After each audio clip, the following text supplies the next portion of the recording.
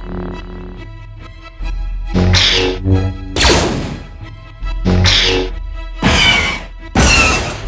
to the Meet the Host episode of Rebels Cast. My name is Jonathan. With me here is Nicki. Hello. And Nick. Hello, how are you doing, everyone? So, like I said, this is the podcast later in the fall when the show gets going. We're actually going to be doing weekly, but right now, in the next, we'll probably have a couple episodes, just kind of speculation. Any kind of trailers and stuff that comes out. So I figure, to kind of start off, we've talked about this on our own, you've both been on the Radio Free Indoor, but I figure why don't we just kind of start fresh and tell each other about how we got to start with Star Wars. Alrighty, who wants to go first? Why don't you go first, Nick? Okay, let's see. I do not remember how I got into Star Wars. That's a wonderful answer to your question. How'd you get into Star Wars? I don't know. But the problem is that it happened when I was so young that I think my love of Star Wars predates my ability to form long-term memories, as I've said before, so I don't recall like the first time I saw a Star Wars movie or anything along those lines. Earliest memories I have involve watching Empire Strikes Back on HBO.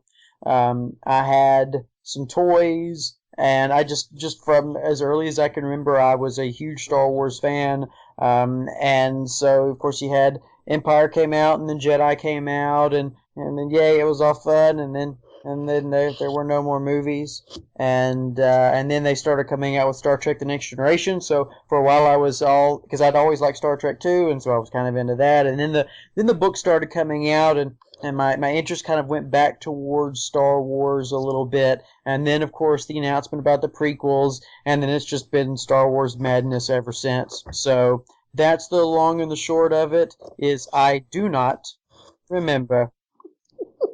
All right. Why don't you go, Jonathan? All right.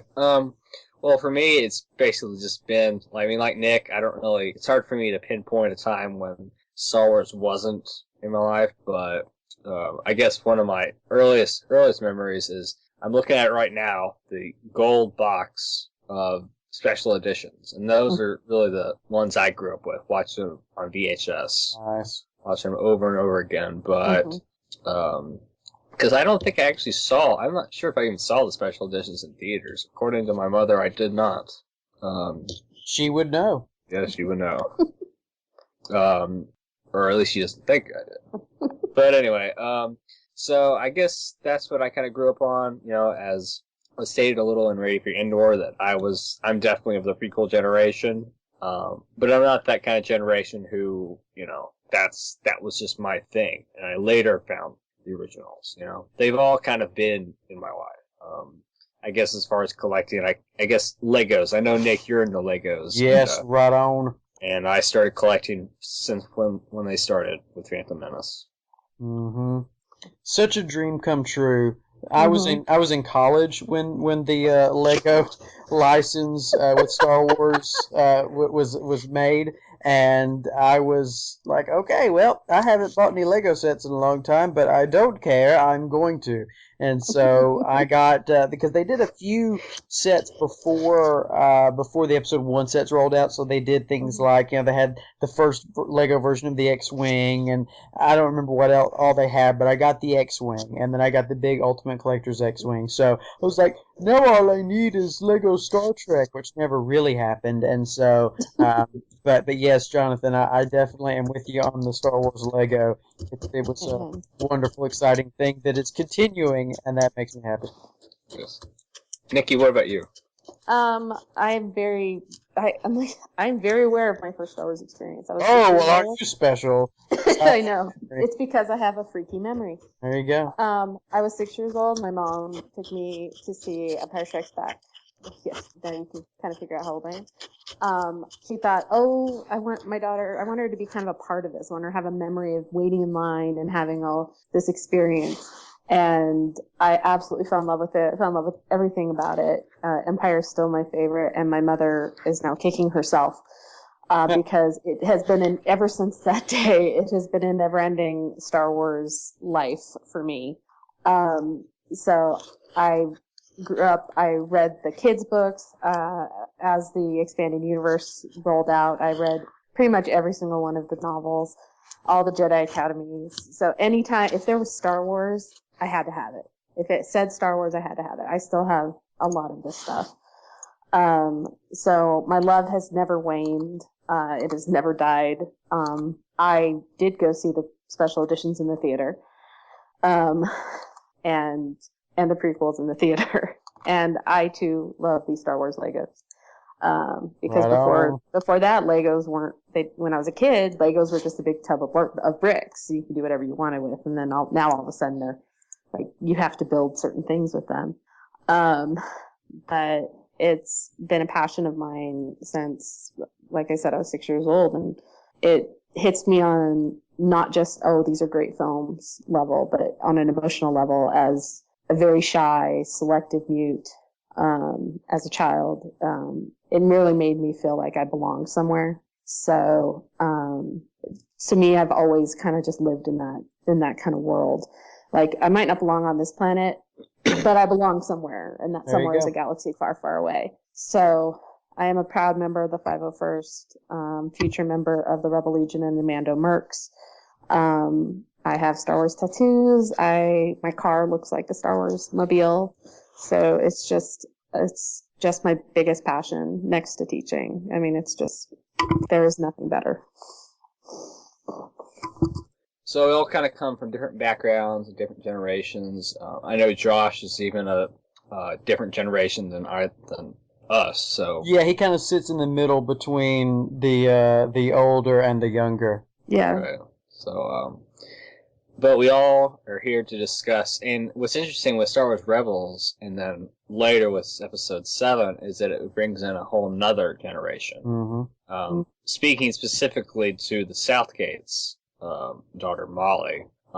Actually, there might be another generation older than her, right, or younger than her. So, so I think there's the Clone Wars generation too. Right, and the Clone Wars generation. With my nephew.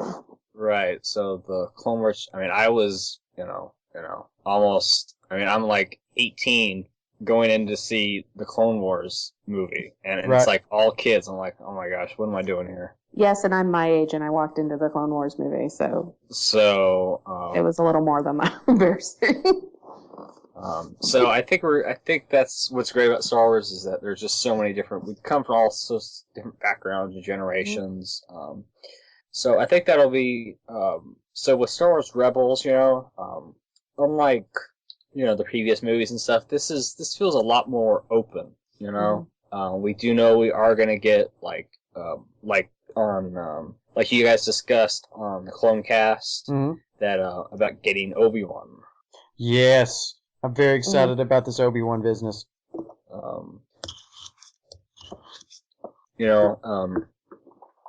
So what kind of capacity he'll play in, and we're going to assume that James Arnold Taylor is going to be. Well, it had better be. It had better be him. Yeah. Did you see? Maybe we mentioned it. My Swiss cheese old person memory is getting the best of me. But the French trailer. Yes. With the little snippet of him. Yes. Yes, John. Sure. There is a trailer that was shown somewhere in France, and talking about how it's coming out in October, and you see a little itty bitty clip of Obi-Wan in a hologram. And to me, it looks like it could be, and I'd heard some people speculate on this, and it honestly seems most reasonable. It almost looks like it's actually supposed to be Obi-Wan from Episode 3, like it's the recording. Yeah, I just saw it. Yeah, that Obi-Wan made about warning everybody to stay away. Although Episode 3 doesn't technically say that Obi-Wan's going to hold on, I'm going to go and then record a video message for everyone. He kind of hits some buttons. So I always figured it was more of like just a coded message. But maybe the idea is that he sent out, it was a coded, a coded holotransmission where he's actually in hologram form telling everybody to stay away. So there's a possibility that's what that is. But then why would you make an action figure for a character who's only going to show up basically in a voicemail? Right. It doesn't make any sense. So I'm thinking that if that is him, and that is I mean, obviously it is him, but if that is supposed to just be him from episode 3 and they're looking at this old recording, that's not the only time we're going to see him. That he's eventually going to show up, whether via hologram or in person, but, live at that time. So, at least, I really hope so. I really hope so too. I think he would be the perfect bridge between the generations Right. and between the films and the Clone Wars to Rebels. And I think you really want that when you're starting something, even if it is Star Wars, which has a built-in fan base. You do want to link it to something that we already know, right? Because you want to bring in the new and keep in the old.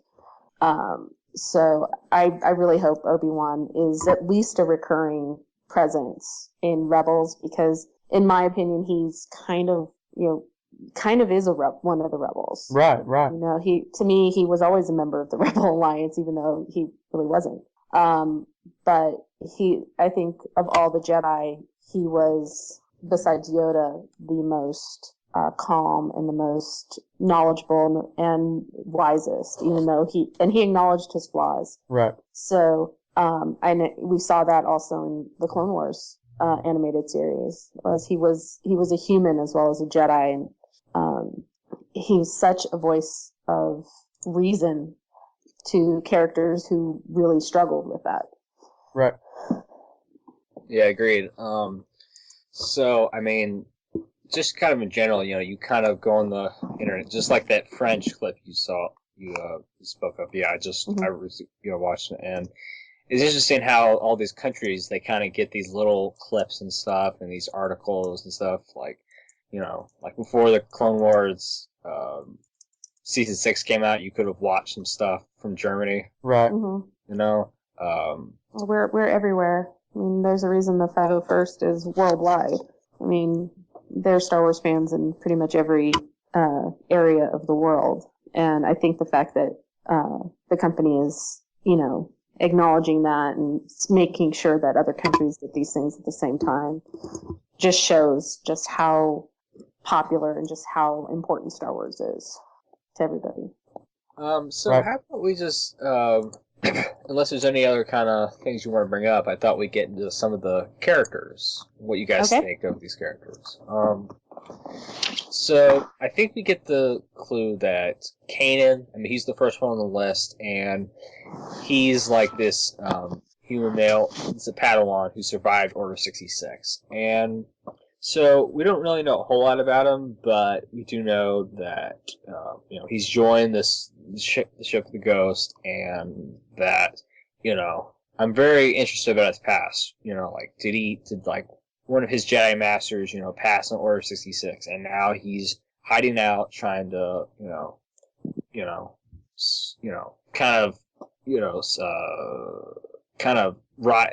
help with the rebellion.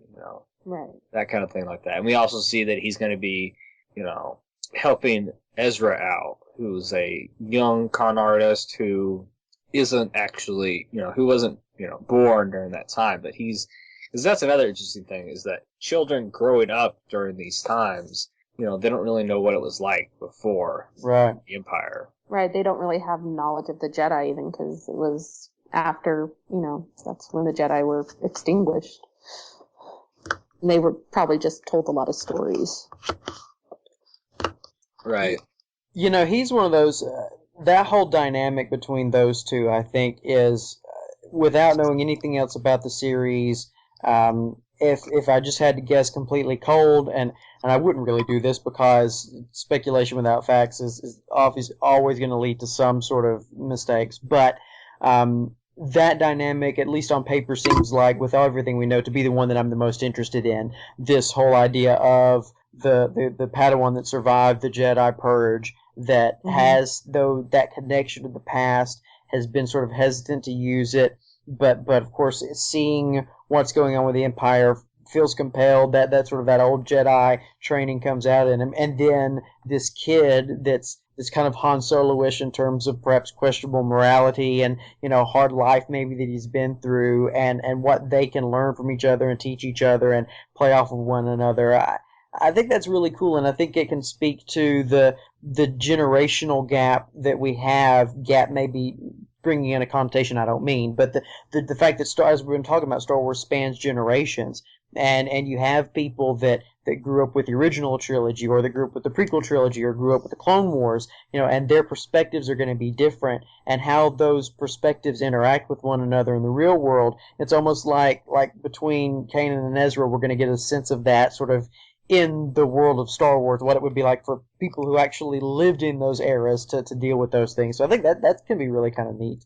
Yeah, I agree. I think that's going to be one of the key kind of things to watch for, and that I hope they're going to explore. So that to me would be the most interesting as well. Yeah, and I think it was Dave Filoni in one of his interviews. He was talking about Kanan and all these characters, and that, Kanan's kind of the guy who, he's trying to kind of keep secret that he's a Jedi. He'll mainly use his blaster. It was just kind of the thing where, Obi-Wan says, oh, so uncivilized. But in this kind of time, if you don't have to use the lightsaber, the blaster is the better choice. Right, and it's during this time in the history of Star Wars that the Jedi are being hunted down. I mean, it didn't just all end with massacre at the temple. I mean, they were hunting them down all over the galaxy. So for him to use his lightsaber is almost like a death sentence. Right. It's like, hey, look at me. Here I am. Come get me. I'm a Jedi. You missed me. That's right. You gotta kiss me. Perhaps you should kill me now, because look at what I got. So we do kind of get this thing where, we also get the... so then Ezra, Dave Filoni was saying how, this kid, he's like a con artist. He doesn't really know what's happening. He thinks it's like magic or something. But, he's like this kid who's just kind of an orphan, and he tries to, just get some stuff just to, stay alive on the streets. Right, he's a streetwise kind of street rat. So who could grow up to be a pirate smuggler like Han. He's just trying to survive. That's kind of what I got from it. And that breeds some very interesting plot lines. Right, and I'm guessing we kind of get the gist that Kanan's gonna be kind of the mentor to him, and that Kanan is kind of a more secretive kind of guy who is gonna wanna, he's trying to stay below, under the radar. Right, he doesn't want it out there, so he probably doesn't need to tell anybody. Right, so, and I think this will have to be kind of a stepping out of his comfort zone, or kind of almost like, oh wow, this boy, he's force sensitive and he doesn't know what he's doing. I better, make sure he doesn't get too out of hand. Yeah, it's going to be really interesting to watch Kanan walk that line, going, I could help him, but if I do, I might expose myself to the stormtroopers and to the Empire. It's that balance. It almost kind of... You remember the what was it, the Slaver arc from season 5, I guess it was, of the Clone Wars, and when Obi-Wan ends up in the mining camp prison, and there's those times when Obi-Wan wants to help, but he knows that if he does, it becomes clear to him that the taskmasters are going to actually take his actions and make it more unpleasant on everybody else. So it's that if I try to help, I could actually hurt. And so you've got the Jedi in him that wants to do good and to help other people, but then the reality of the situation that he's in sort of limits his ability to do that. And I could see Kanan kind of going through a similar type of ordeal where the full tilt help that he wants to be able to give, he doesn't think he can. And so where does he draw that line between balancing helping and not getting himself killed? Which not getting himself killed is also a form of helping. So where do you draw that? Because the people around him could be affected by that as well. Right. So it's definitely going to be interesting to see how he and Ezra interact and how much he opens up. And at this point in history, the Jedi any living Jedi are going to have to be incredibly hidden. Right. Yoda had to go to Dagobah. Who knows where some of these other Jedi ended up? And Kanan being a youngling when this all happened, he might be, maybe the whole Obi-Wan thing will be him in communication with Kanan, like trying to protect him, trying to give him advice, and maybe that's how we get Obi-Wan. And therefore James Arnold Taylor. Exactly, because it's got to be him. It just has to be him. Of course. So moving along, another parts of it.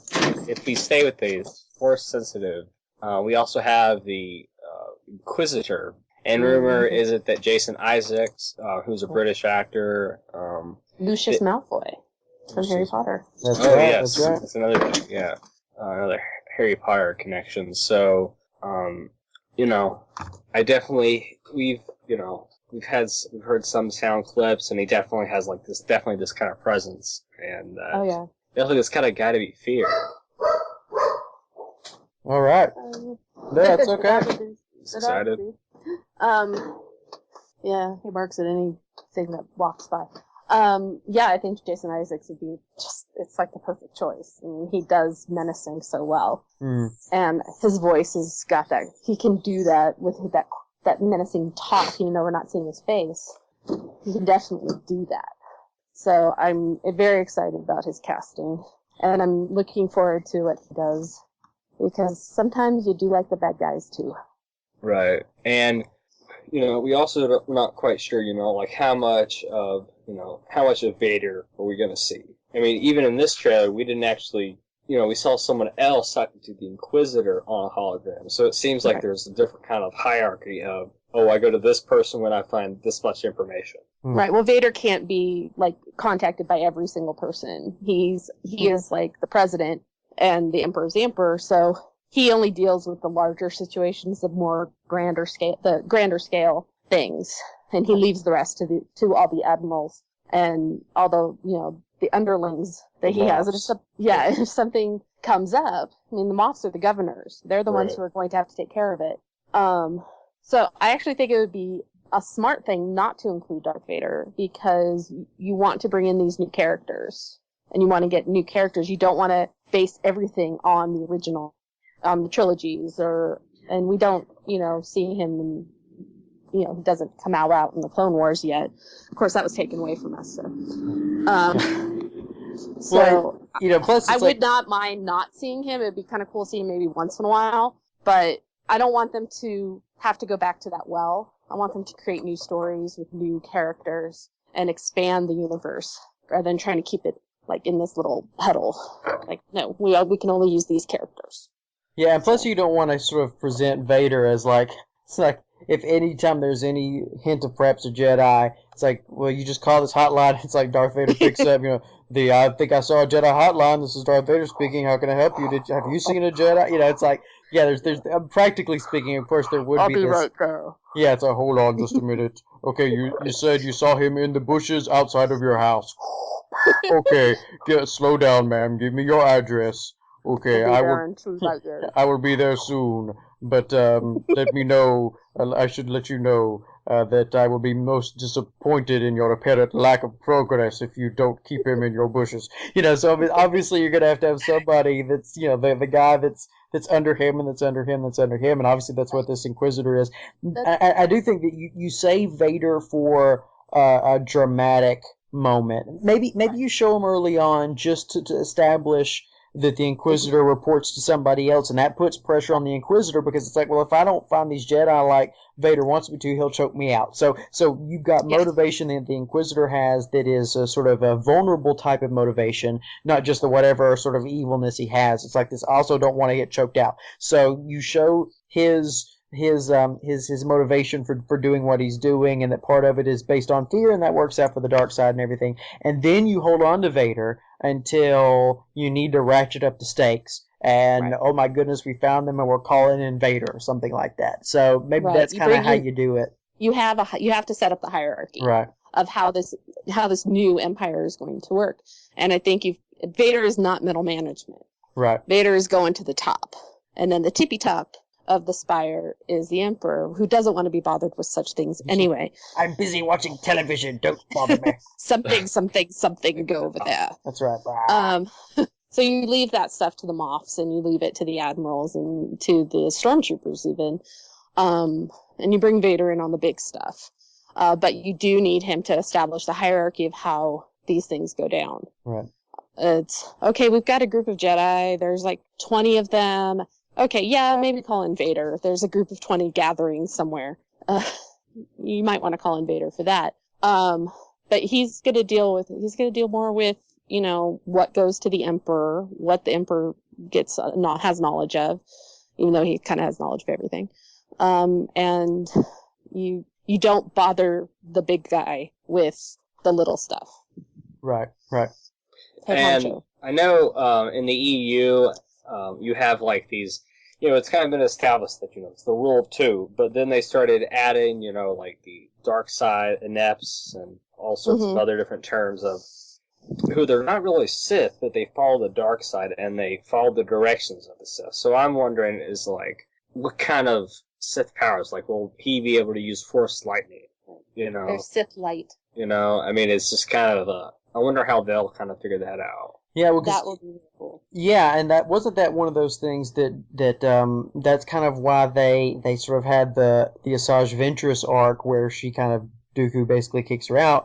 If I'm remembering properly, Dave Filoni was saying that this was something that George was kind of concerned about, is that you because the rule of two, even though it was discussed pretty more thoroughly in the EU, I mean that was a George idea. That's what the last couple of lines of dialogue in episode 1 are about. So the idea is that you can't have more than two because they always kill each other off. So you can't really have three, and so this sort of where is Asajj Ventress fitting into all this? It's almost like it was a little too close to a third Sith for George's taste. And so thus it was a little too close to a third Sith for the Emperor or for Palpatine's taste. And so Palpatine was like, all right, Dooku, you got to get rid of her. So I'm sure that tension, that thought process is going to play a part here, and that the Inquisitor is also going to fill one of those sort of quasi-Sith, but you can't be Sith because that's not the way it works. And so, right. Palpatine won't allow that, sort of thing. So where,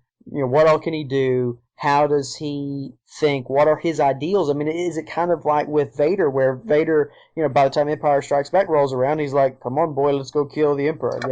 Is Right. that what the Inquisitor's ultimate end game is? Is he like, I'll kill Vader and I'll take his place, and then I'll kill Palpatine and I'll take his place, and then I'll do whatever I want to, or is he just a part of a team? I mean, is it that, hey, this Empire thing is awesome and I'm rah for the Empire? What's his reason for doing what he's doing? I think that and his abilities, both of those things are going to make him.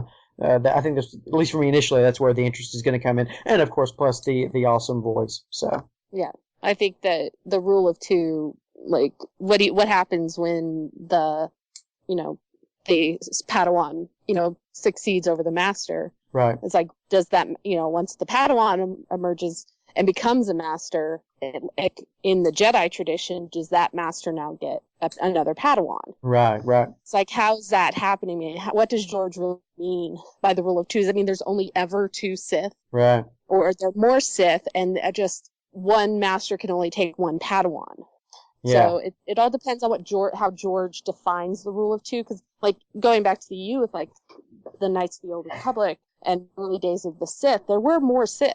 Right. The Sith were a force. So I think the rule of two applies only to a master apprentice. But once you take the trials, like to put it in Jedi terms, then you go off on your own. Yeah. And well, see, and I always understood it, and maybe this is probably just kind of what my brain cooked up, but was that the impression I'd always gotten was that back in the day when you did have the Sith War and everything, and we don't know much about that, but I mean, that is mentioned in episode 1 as something that happened, or at least that the Sith had been extinct for millennia. The impression I got that was there was a whole bunch of them, and then they got their rear ends handed to them by the Jedi, in about a millennia before episode 1, and then that's kind of when they went underground.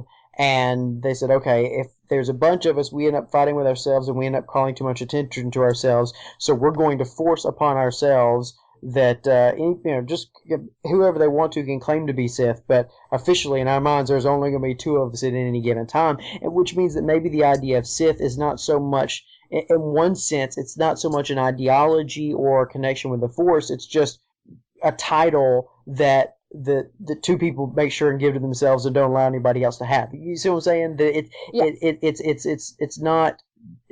we might say that it's not necessarily a religion or a worldview. It is a specific cult or a specific sect or a specific group. And so that the Inquisitor may have the same ideals and beliefs and abilities that a Sith would have, but unless Palpatine or Palpatine or Anakin let's say, okay, you can be a new Sith, then they're going to bound together and say no. And if you start trying to do it above us, we'll just have to take you out. So I mean, it could be something along those lines. You're not a Darth. Right. He can't be a Darth. Yeah. But he could be like not an apprentice, but like an acolyte. Yeah, you know, like an acolyte. You follow the ideology. Right. But you're not like the high priest. Yeah, and if you you can't get to that level. Yeah, because if you start to act like it, we'll have to take you out. Yeah, because I think another thing is that I think the argument from, you know, the Emperor, or not the Emperor yet, but, you know, from Sidious to Dooku is that, you know, your Ventress, you know, your student has become too powerful. Right. You know, and I think this might be a similar instance where, you know, I mean, I think, you know, just like in the EU with Starkiller, I mean, it kind of, you know, and that, you know, it's obviously not canon, but, you know, with the EU with Starkiller, you know, he became so powerful that, you know, that he was able to, you know, take out Vader and, you know, and eventually, you know, Emperor wanted him to become his apprentice, you know, and I think it's just that, I mean, it's logically that the Emperor would, you know, he doesn't want Vader out there doing all that, you know, he needs to be more efficient and to send someone else, so it would be logical that, you know, he would want something like the Inquisitor. Right. But he needs someone who is not also going to challenge him. Right. And he can't just rely on like some bounty hunters or some special forces. He really needs someone out there. Right. And Vader can keep this Inquisitor probably under control.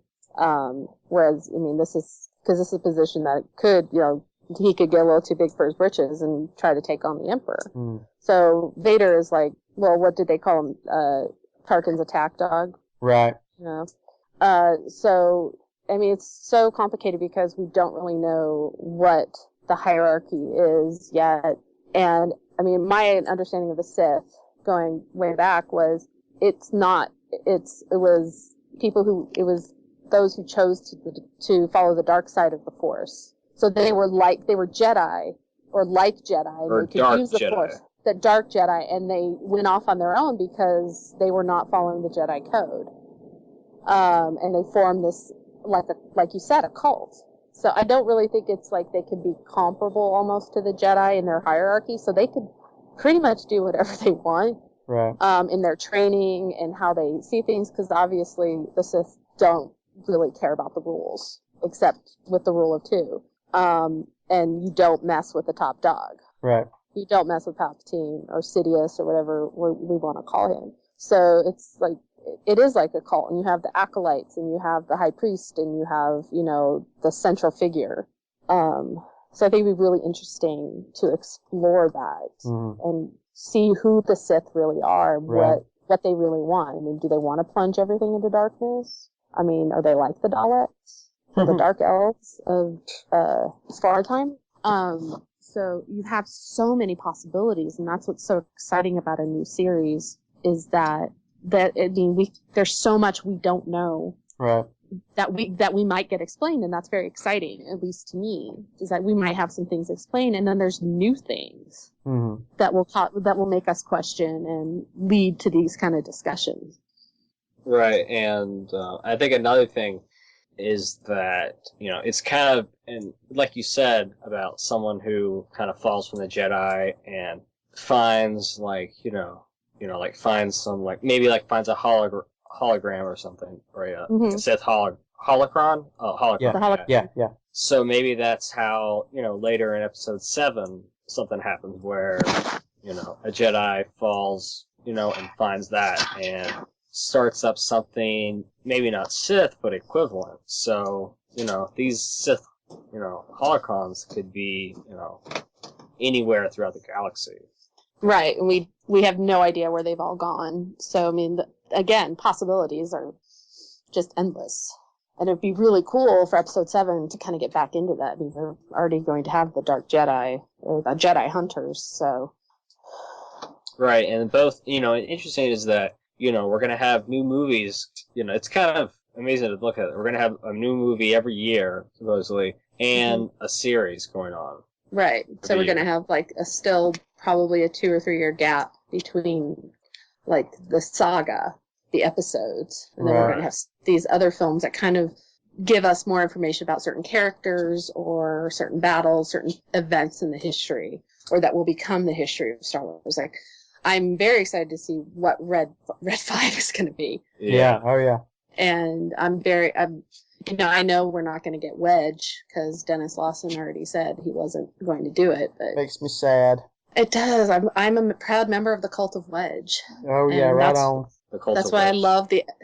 Yeah, there was an actual online Cult of Wedge for quite a while, because we just love him so much.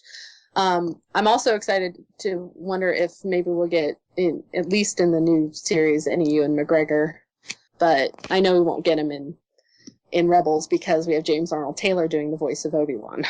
So unless Ewan wants to do something else, right?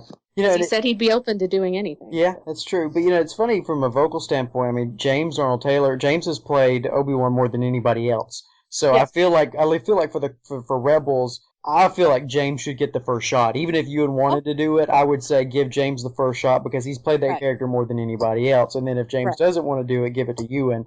And then I think live action, it's vice versa. Ewan gets first shot at it, and if Ewan doesn't want to do it for whatever crazy reason, you say, well, can we put some stuff on James's face and make him look it because we know he can sound it? Do you go that direction? And a little taller. Might just hear his voice. Yeah, exactly. Yeah. And maybe a little taller. That's right. Maybe a little taller. James Arnold Taylor is tiny. You put some lifts in the shoes, that sort of thing. It was I think Ewan mostly, when he says he's open to it, mostly means the live action. But it would be cool because he can do other accents. He's a very talented actor. So even if you brought him in as a little nod, little wink, wink, nudge, nudge, Ewan McGregor's gonna be a voice in this episode, but it's not gonna be Obi-Wan.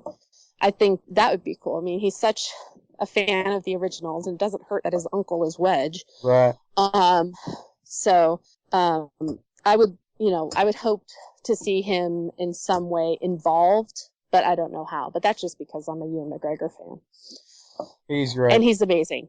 Oh yeah. He is great. Even the people who didn't really like the prequels, they still acknowledge that he was good in them. I've heard he was the best part of, except for the Jedi mullet that he had in episode 2, that they then passed on to Hayden for episode 3. Yeah, the Jedi braids of some kind. Jedi braids with mullet. The Jedi braid was Phantom Menace, and then that hair in Attack of the Clones. I love the mullet. The Jedi mullet, and then there's back on the old hyperspace website, there's behind the scenes videos, and Ewan is in the hair and makeup room with Hayden, and they're doing the hair and makeup test, and Ewan says, you got the Jedi mullet this time. Yep. And it's so funny. And I have a friend who played our Anakin in our roleplay game, and she absolutely refuses to admit that was a mullet, even with proof. Oh, it's totally a mullet. It was totally a mullet. But it was a stylish one, so it works. Yeah. I really loved how they made Ewan look. The similarities between him and Sir Alec were really, when they did the overlay of the photos. Right. They were really amazing. I never thought of it that. And when Ryan Church showed the triangle with the eyes and the nose. Yes. Yeah. It was spooky. And the eyes, they had the same eyes. And they're both incredibly talented, British actors. This is true. So who knew? They did good casting. Yeah, that's something George is good at. Oh yeah. He does cast them well. And the voice acting on Rebels is going to be fantastic because they get really great voiceover talent. Mm-hmm. I mean, is Joe DiMaggio DiMaggio going to be a part of this? Is D. Bradley Baker going to be a part of this? I mean, Yeah, I think that's. I'd be surprised if he was, because D. Bradley Baker, he can do any sound. Yeah, and I love when he's on SpongeBob, and I hear the voice of Klaus, the fish from American Dad, come out of a SpongeBob character. Nice. So he's the man of 1,000 voices. I mean, I've seen him at cons, and he really is just amazing. And Maurice LaMarche, and you've got you got a lot of really great talent that they can draw on, and they tend to get the good guys for this stuff. And Vanessa Marshall, she's going to be playing Hera Zadula, the pilot of the Ghost. And the Twi'lek, yeah. Yes, the Twilight Girls. So I like that in this cast, we're definitely getting a lot of diversity. We're getting, well, that's one thing they've never shied away from in Star Wars. There's, aside from the lack of African American people, besides Lando, Billy D, who's coming back to Rebels, so it works out. Oh, yes. I hope we see something or hear about him in Episode 7. But, I mean, with all the aliens and all the different worlds in the systems, everybody pretty much deals with each other as honestly as possible. There doesn't seem to be a lot of discrimination or hating because you're a certain race. It's like, oh, you're from Malastare. Oh, I hate the Malastairs. Oh, you're from Camino. Oh, I hate the Caminoans.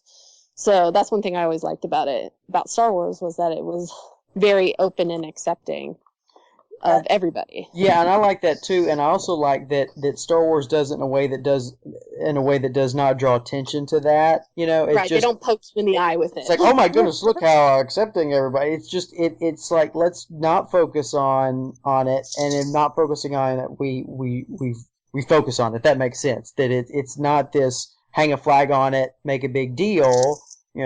Almost like bringing up, hey, we look different, so we could hate each other, but we don't, so it's good. It's like, we don't even have to bring up the fact that we could hate each other because we look different. Let's look past it and not even make it an issue. And so Star Wars, I think, does that in a very optimistic sort of way. Right, it just is not an issue. Yeah. And I love that. And it's only when you really talk about it and get into it that you go, oh yeah. And that's one of the things I loved about it as a kid, was even at 6, I saw that I was the chubby little girl who was too younger than everyone, who didn't talk. Right. But I just kind of said, okay, you're just from a different planet, you're just from a different star system. It's a way to sort of see yourself and to feel not alone. Yeah. Right. And I think that's something George does so brilliantly, is he social commentary without beating you over the head with it. Right. He just makes it so, it's just natural. This is how things are. We don't question it. So speaking as, then we also have Hera. Apparently she's the one that's kind of okay, guys, come on, we got to get together. Even though Kanan is kind of the leader, as a lot of Jedi kind of put themselves as, seems like she's the one that holds the ship together. Right. Yeah. At least she's kind of like the the mother in a way. She's like the den mother. Like, come on, guys, we got to do this. Let's go.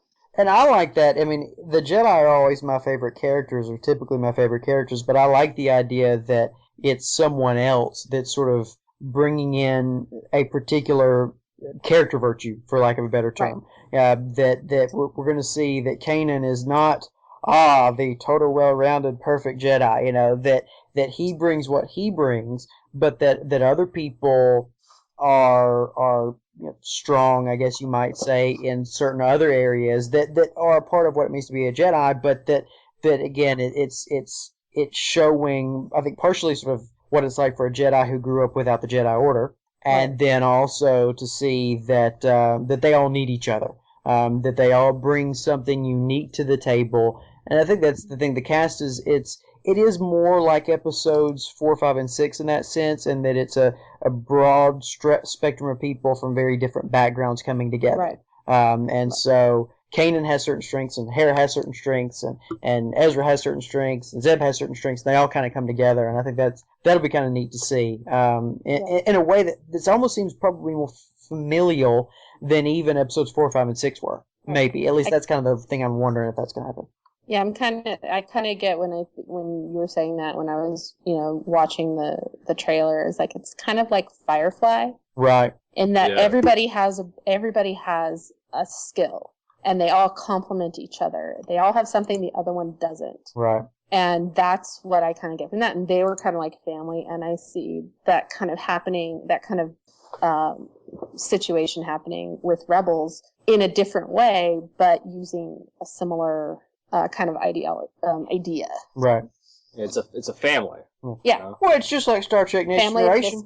misfits. Oh yeah, I mean, very similar. maybe not with the misfits part, but you put 7 or so different people with different strengths and weaknesses together on a ship, and spend some time with them on a show, and they're gonna be a family. It happens. And is Will Wheaton coming? That would be cool if he did. That'd be fun. Yeah, have a little crossover there with Wesley. Yeah. I'm also curious about, I think it was, I liked how, I wasn't really familiar with the EU first particularly much, the Mandalorians. I mean, I did, basically, I knew of them from, like, the Knights of the Old Republic game, Right. but, I'm not really sure, but I hadn't really read the books and stuff when the Mandalorians came into the Clone Wars, and I like that they're bringing something like that into Rebels. We have Sabine is the Mandalorian girl, and I think she definitely looks pretty cool. Yeah, I'm really excited about her because we don't get to see female Mandos unless you're in the Mando mercs. And I thought Bo-Katan was really, it kind of reminds me of Bo-Katan. Right, right. No, I'm excited to see what they do with Sabine. She's probably the character I'm most looking forward to. Yeah, and she looks like she's big into graffiti, and she likes to. It kind of sounds sort of like the Mandalorian works. How they just like to specialize and do all sorts of stuff to their armor, make it look nice. So our armor has to be individualized because it's an expression of who we are. It's like the clones in Clone Wars, how their helmets would have different markings. It was because they were all identical. They had to differentiate themselves. Yeah, or and go ahead. Yeah, and I'm really curious about the background. Because we know how Mando was left in the Clone Wars. So I mean, how is she like some kind of like I don't know. Did she run away, or is she just kind of getting away from that world? I wonder if we're going to learn more about that, of the events that happened in Clone Wars. Right. And maybe if she's connected to, Boba Fett in any way, too. Because it's in that period where we don't know what he was up to. I'm not saying it's his kid, but, that could, she could have been influenced by him in some way. It's in the EU, life as a female Mando is not easy. So it's kind of rough. So I can imagine her wanting to get away from whatever their homeworld is going to be called. If it's going to be called Mandalore, or in the books it's Concord Dawn. So. Yeah, I think she really is the character that sort of, unlike some of the other guys, like Zeb, who we know nothing about his race, we don't know anything. Like with Sabine, we know about her people a little bit, but just enough to know that there are things that we don't know. Right. So I think she kind of brings in that connection to the past, that connection to the Clone Wars, but then also this sort of unknown question, like you say, Jonathan, of what has happened to the Mandalorian people since that time period. So is some of her past going to catch up with her? I mean, that's kind of a common thing where these characters with these kind of mysterious backgrounds, their past catches up to them. Right. Right. And maybe we'll learn more about. Maybe we'll learn more about her idea, her memories of Mandalore and what it's like to be a Mando. I mean, we might learn more about the race. Right. Which is exciting. And we'd be learning it through these new characters. We wouldn't actually have to see, Bo-Katan or other characters from Clone Wars come back. It could just be these newer characters, talking about their background. Yeah, that's what I would love to, is like what's going on elsewhere in the universe. When they started talking about doing kind of a Clone Wars live action, they talked about it like years and years ago. Right. Steve Sansweet used to go to Comic-Con and he would talk about it. Never happened, but it was going to take characters that were not core characters, that were not even mentioned, that were totally new characters, so we can get other points of view and expand our universe. Star Wars universe. I still call it my universe. Expand the Star Wars universe so it's not all encapsulated. And that was something I was really looking forward to with the live action series that never was to be. So I'm kind of excited. That's another thing I'm excited about with Rebels, is maybe we're going to get to explore these new areas with new characters and expand our horizons a little bit. Agreed. And we have a couple more, so like Zeb, who I think it's interesting that like Zeb is a Lasat, but when you click Lasat in the Wikipedia, nothing comes up. It's asking you for information. Right. Lasat/canon. So I think that's interesting how instead of, picking how many species have we seen in the Cantina? Oh my God. Instead of picking one of those, we decide to, come up with a whole new species. I love it. I think it's fantastic. They don't need to have a Malastarian. They don't need to have somebody like a Draconin who's like the devil guy from the Cantina. Right. There's more worlds out there, and we haven't even touched on it. And apparently, it's based off of his species, who's actually going to be voiced by Steve Bloom, who I'm familiar with from, going back to late '90s anime, Mm-hmm. and so he's great. He's does a lot of games and stuff now. So he's going to be voicing him, and apparently this character was stated to be a new series based off Rat McCrory's concept art for the Wookiee Chewbacca. Right. It's amazing how these concept art just goes from one thing to another.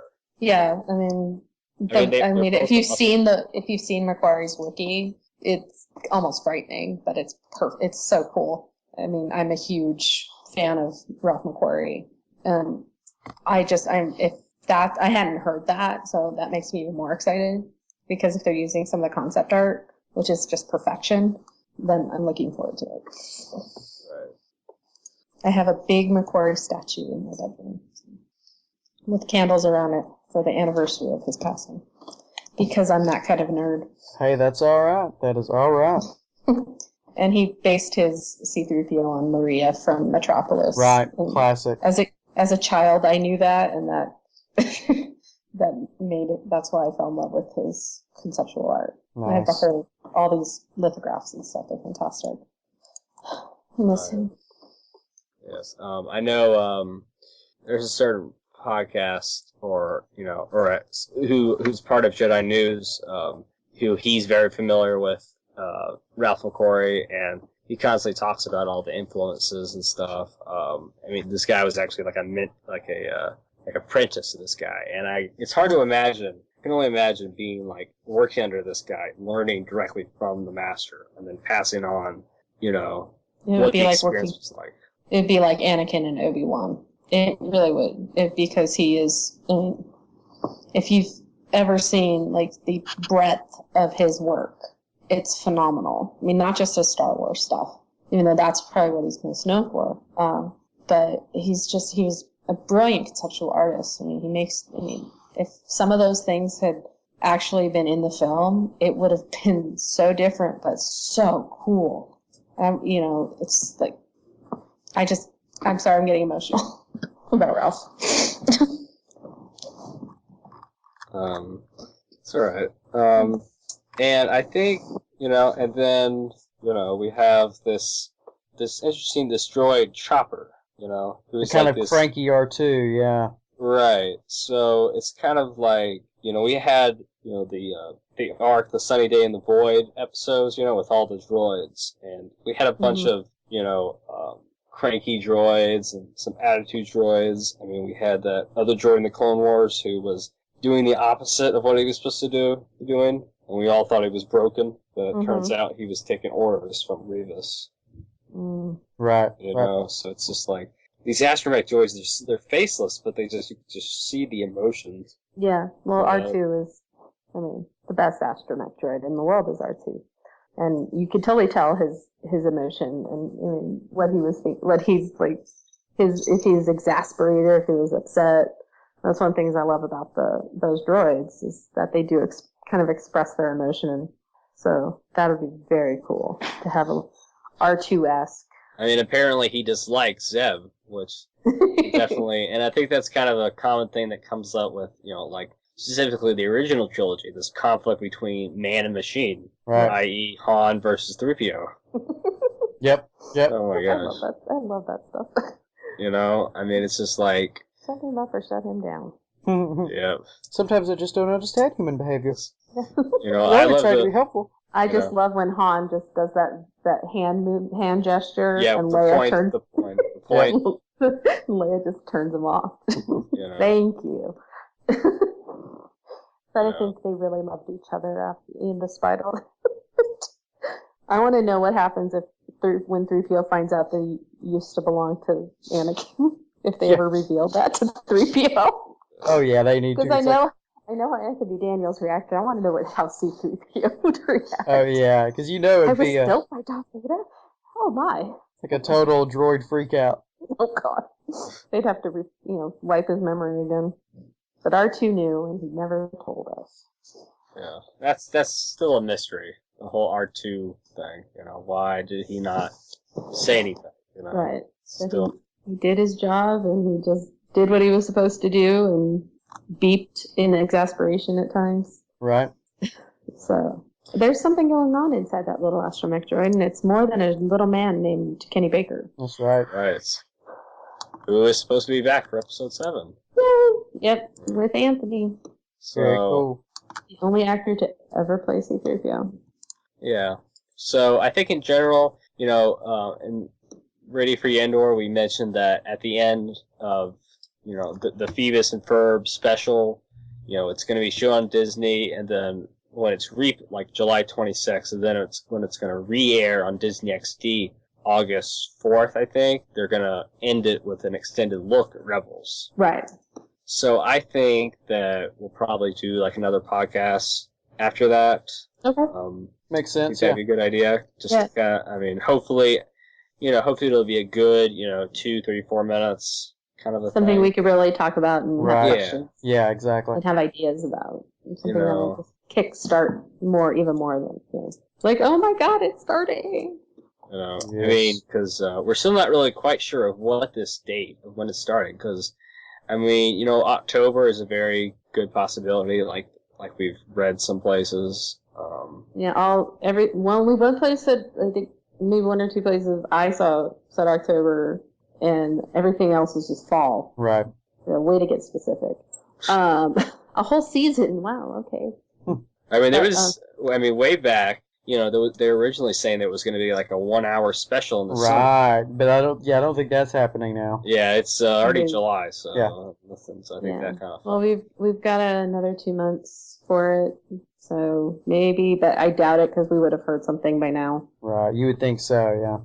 The way Disney is so into promotion, absolutely. I mean, I'm surprised they don't have an actual firm date. Right. Because it's their channel. I mean, they own the Disney channels. It's their property. They own Star Wars. You'd think that it would be, no-brainer, put it in here. Right.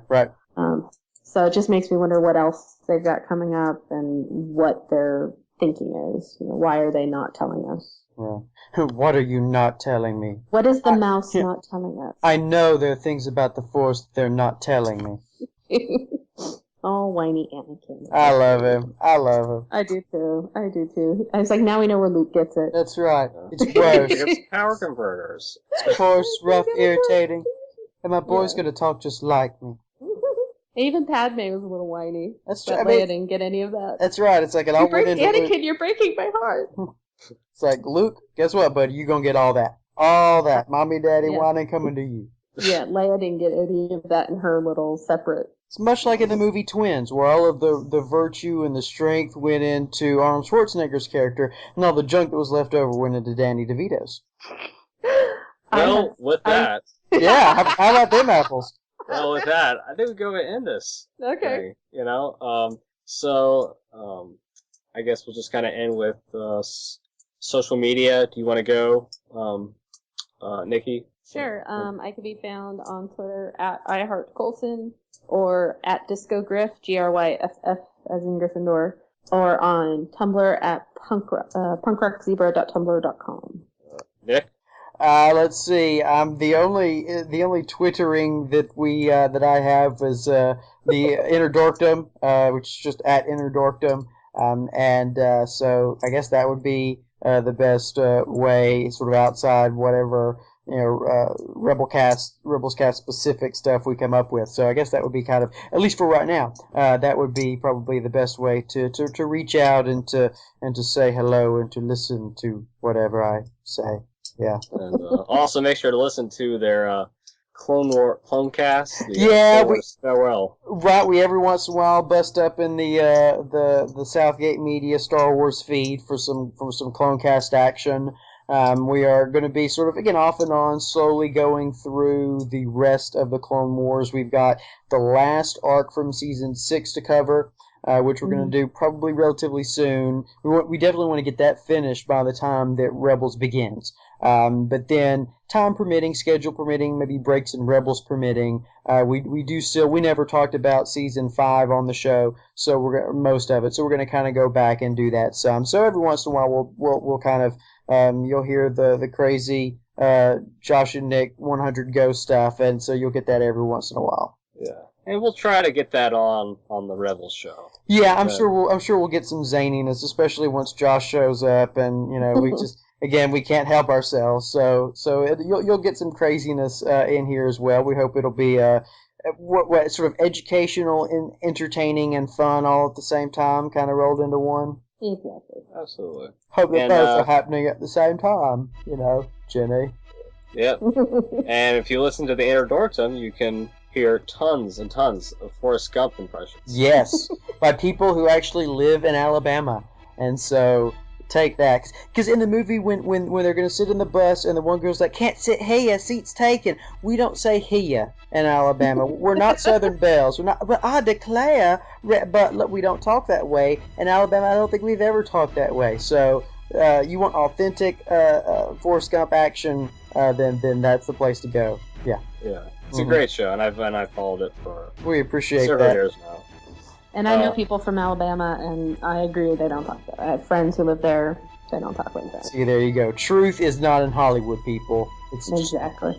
Unless it's Star Wars. And you can follow me at JEBell49er, as well as the Geek Everything page and blog, and trying to do some stuff over there, as well as I also try to tweet the Radio Free Indoor Twitter. So go over there, follow that. So I think that's it. So thanks for joining me, guys. No problem. Absolutely. And I'll see you in a month or so. That's right. Bye. Bye. If you would like to donate to help pay for this and other Southgate Media Group podcasts, simply go to our website, southgatemediagroup.com, and click on the donate button. It can be as little as $1 or, well, as much as you want. Help keep this fun going by supporting this and our other shows. Thanks again for listening, everyone. You're the best fans in the world.